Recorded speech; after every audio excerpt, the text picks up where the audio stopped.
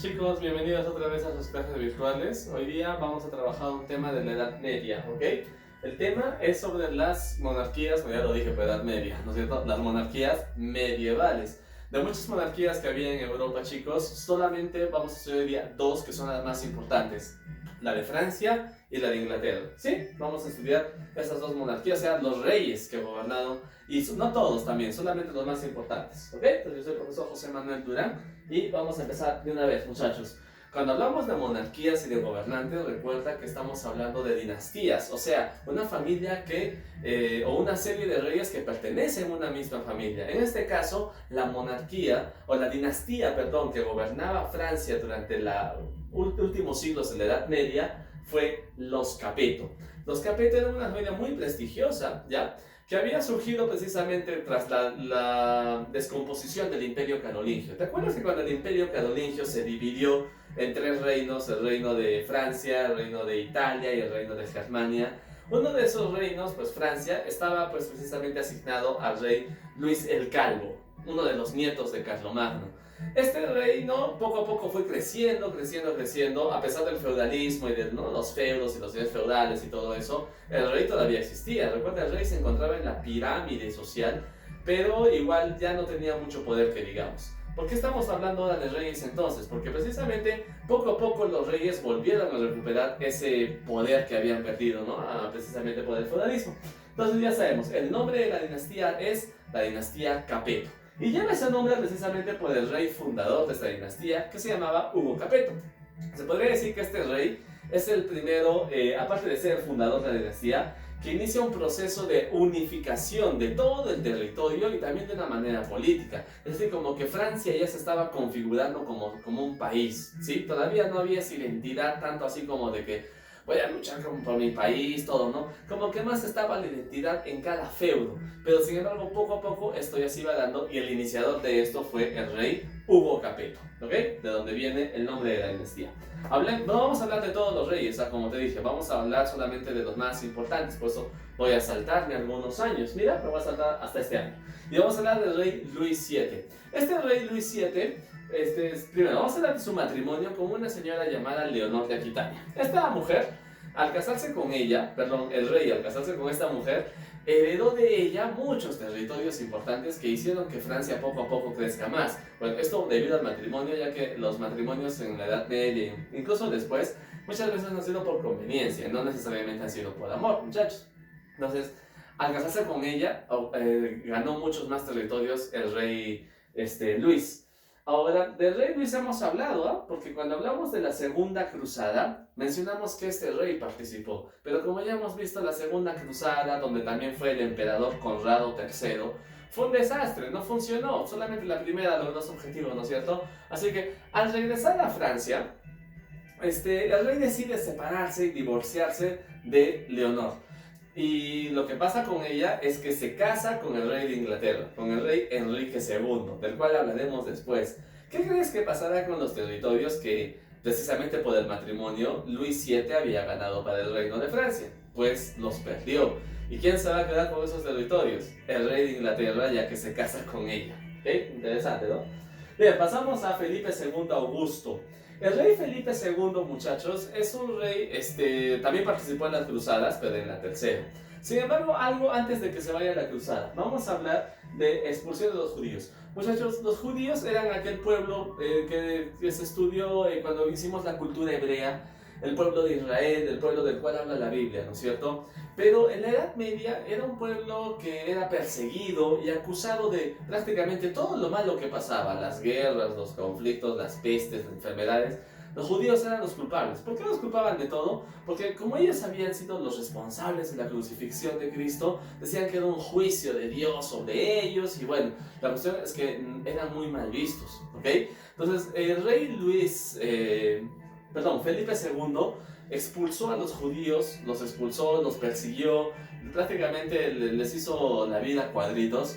Y eso no tanto porque son los malos o porque son los responsables de todo lo malo que pasa. También acá había intereses económicos. Esto lo hacía el rey también para de paso apoderarse de sus riquezas, de su tesoro, ya que los judíos manejaban mucha plata, se dedicaban mucho al comercio, y como el comercio se estaba desarrollando fuerte en Europa, pues esto lo aprovechó él.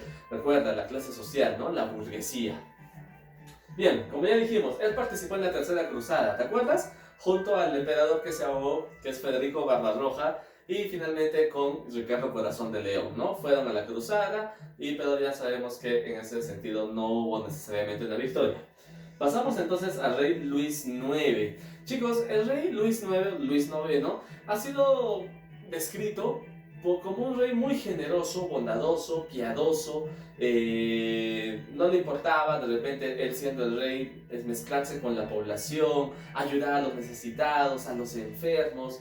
También las plagas, las pestes estaban en ese momento acechando Europa, y estas acciones lo hicieron ver como un buen rey. Por otro lado, esa devoción de amor al prójimo, esa devoción católica que él tenía, también lo llevaron a que participe y organice 2 cruzadas, no solo una, 2. Él participó en la 7ª y en la 8ª cruzada, de la 8ª no salió comida lastimosamente, porque al atacar Túnez, que queda en África, hubo un brote de una peste que mató mucha gente, y entre ellos estuvo también el rey, y murió pues en la cruzada. Debido a estas acciones, muchachos, la Iglesia Católica lo ha canonizado. ¿Qué quiere decir canonizar? Que no es simplemente Luis o el rey Luis, es un santo para la Iglesia Católica.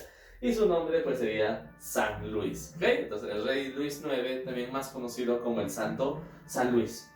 Bien, chicos, la dinastía Capeto, todos los reyes que hemos mencionado pertenecen, no te olvides, a la familia Capeto. Pero esta dinastía va a terminar precisamente con estos últimos reyes. Felipe IV el Hermoso, que podría decirse ya es el último gran rey de los Capeto que gobernó en Francia. Él expulsó a otras personas, no a los judíos, ¿ya? Sino a un grupo de hombres de una sociedad secreta llamada los Templarios. Los Templarios eran como durante las cruzadas, cuando atacaron Jerusalén y entraron al templo de Jerusalén, los Templarios encontraron ciertas reliquias que ellos consideraban sagradas. Por ejemplo, ellos decían tener el Santo Grial de Cristo, ¿no? En el que en la última cena Cristo bebió vino con los demás apóstoles y todo eso. Entre otras reliquias más, lo cual no se comprueba si era verdad, pero ellos se sentían como los asignados por Dios para cuidar esas reliquias religiosas. Pero ya eran muy desconfiados, prácticamente no se comunicaban con nadie, siempre andaban ellos en secreto, tenían sus reuniones, sus pactos, sus contraseñas, de todo. Entonces eso le hacía desconfiar mucho al rey. Por eso el rey Felipe IV el Hermoso los expulsó de Francia, y se podría decir que con eso ya acabó con esta orden religiosa bastante misteriosa, ¿ok? Pero algo importante del rey Felipe IV el Hermoso es que cuando quienes lo sucedieron en el trono fueron sus hijos, pero gobernaron muy poco tiempo. Al final de cuentas, el último de sus hijos, Carlos IV, también llamado el Hermoso, no dejó descendencia para que alguien continúe la línea y la dinastía Capeto. Y aparece alguien, muchachos. El rey de Inglaterra de ese momento, Eduardo III, dijo que ya que no hay nadie para gobernar, yo debo gobernar. O sea, el rey de Inglaterra quería gobernar tanto Inglaterra como Francia al mismo tiempo. Y le daba derecho, ¿qué cosa? Le daba derecho el hecho de que su mamá era francesa y su mamá era hija de Felipe, o sea, hermana de Carlos. Y esta mujer se llamaba Isabel de Francia, ¿ya? Pero de ella vamos a hablar cuando lleguemos a hablar de los reyes de Inglaterra, pero acuérdate, ¿ok?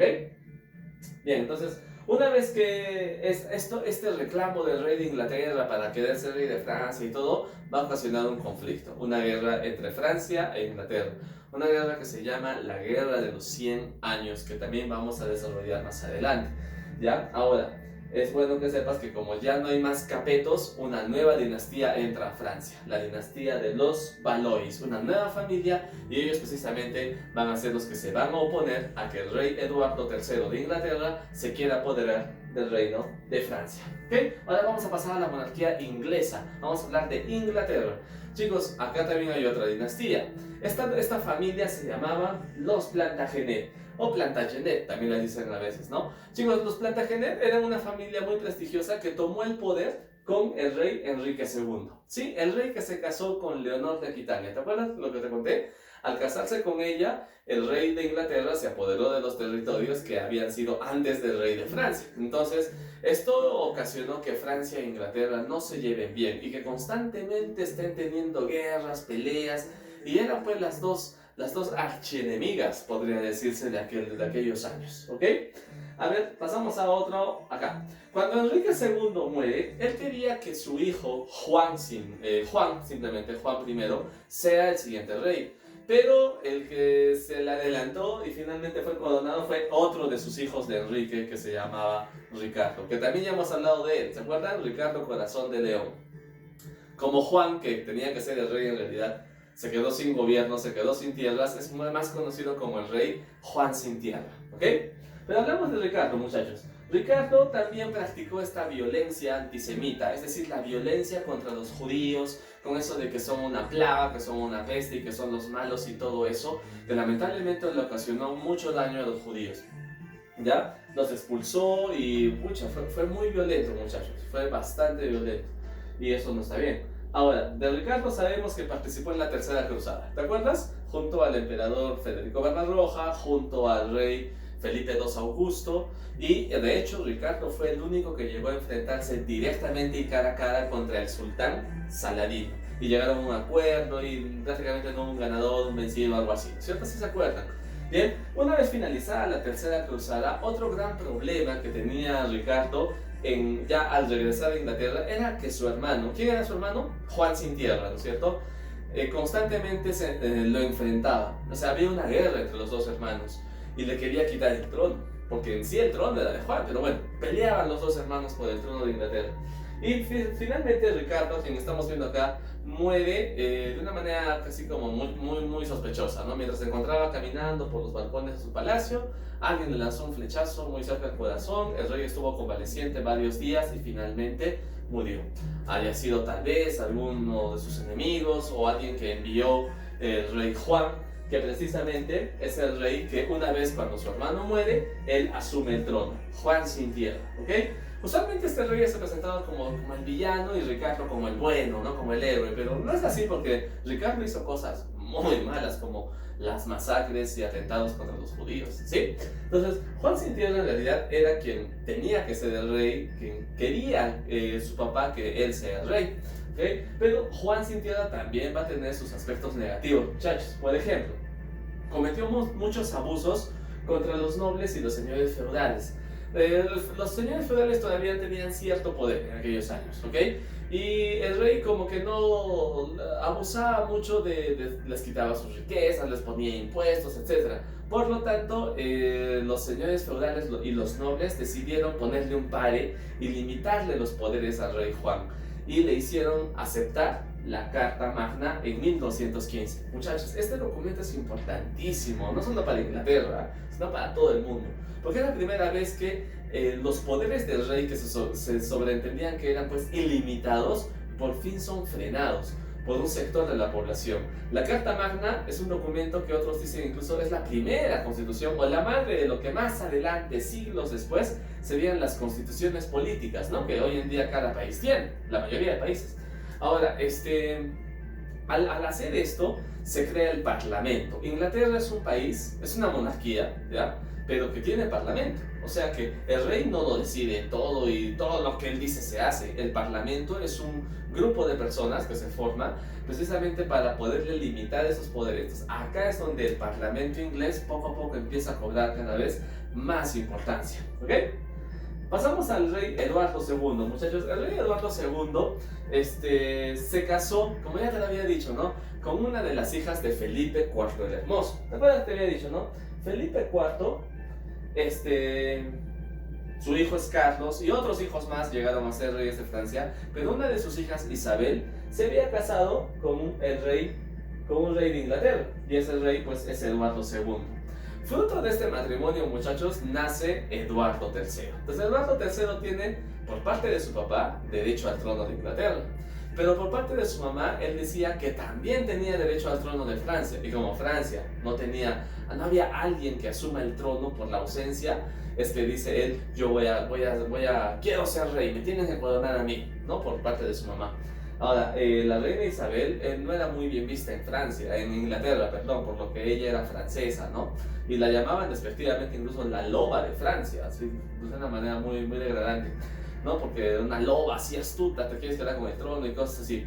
La cuestión es que pasamos acá, a Eduardo III. Eduardo III, muchachos, esos reclamos que hizo, y por otro lado, la nueva familia de Francia, ya no los Capeto, los Valois, no quería permitir que Eduardo gobierne, o sea, que un inglés gobierne Francia. Entonces, esto que originó, ya lo dije antes, un conflicto, la famosa guerra de los 100 años, que en realidad duró más, en realidad duró 116 años. Estamos hablando de más de un siglo, muchachos.